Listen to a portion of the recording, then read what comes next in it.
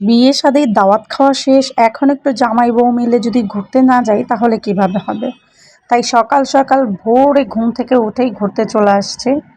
আমরা জামাই বউ ছাড়া কিন্তু আর কেউ আসে না, শুধু আমার মানে খোঁচাখুচির কারণেই আমার জামাই এত সকালবেলা ঘুম থেকে উঠে আমাকে ঘুরতে নিয়ে আসছে। যাই হোক, ধন্যবাদ জামাই, তুমি আমার এতটুকু আবদার রাখছো তার জন্য। যাই হোক, জায়গাটা তোমাদের কাছে কেমন লাগতেছে? অসাধারণ একটি জায়গা।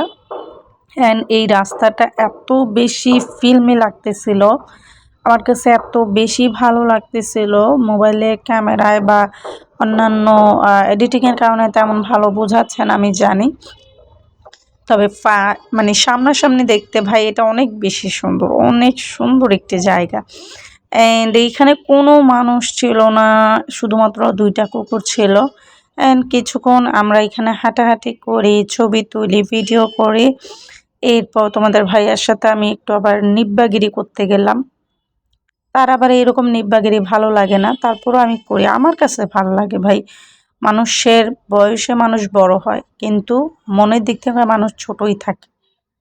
আর কে থাকে না থাকে আই ডোন্ট নো, বাট আমি থাকি, আমি আজীবন আমার জামাইয়ের কাছে ছোট বাচ্চা হয়ে থাকতে চাই।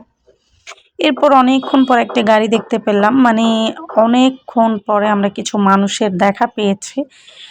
এতক্ষণ তো আমি মানে অনেকটা আতঙ্কে ছিলাম যে এখানে চলে আসছে, তো আমার জামাই বলতেছে আরে এটা আমার এরিয়া, আমার এলাকা, তুমি ভয় পাচ্ছ কেন? তারপর ভাবলাম ঠিকই তো কথা, আমার জামাইয়ের দেশ, আমার জামাইয়ের এলাকা, আমি কেন ভয় পাবো।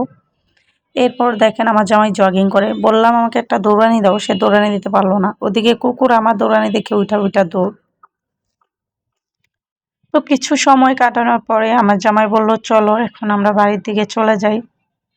এরপর আমরা বাড়ির দিকে রওনা দিলাম। অ্যান্ড বাড়ির দিকে যাওয়ার পথেও আমরা এত সুন্দর সুন্দর জায়গা মানে আমি সব থেকে বেশি আসলে উপভোগ করেছি, যেহেতু আমার জামাইয়ের দেশ এটা, সে তো এগুলো দেখে অভ্যস্ত ছোট থেকে, কিন্তু আমি তো ছোট থেকে অভ্যস্ত না, দেখে আমার কাছে খুব বেশি ভালো লাগছিল।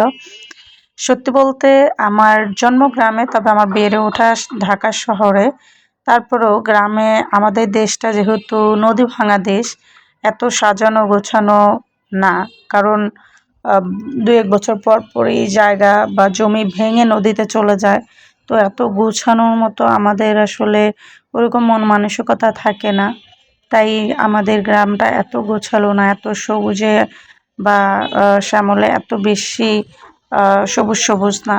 আমাদের আহ, এলাকাটা দেখলে মনে করেন আপনার কেমন যেন লাগবে, খা খা করতেছে, মনে হচ্ছে কিছু নাই নাই এইরকম।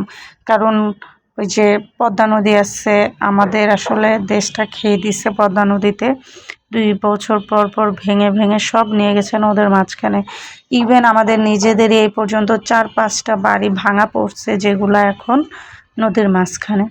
যাই হোক, দুঃখে কষ্টে কথা বাদ দিই, যে সুন্দর জায়গা আমরা উপভোগ করতেছিলাম সেখানে আবার ব্যাক করি। নোয়াখালী লক্ষ্মীপুর সবথেকে বেশি বিখ্যাত নারকেল এবং সুপারির জন্য, আর এখানে আপনি শুধু নারকেল এবং সুপারির বাগানই দেখতে পাবেন। আমার আজকের ব্লগটা আপনাদের কাছে কেমন লেগেছে সেটা কমেন্ট করে জানাবেন। বিদায় নিচ্ছি, আসসালামু আলাইকুম।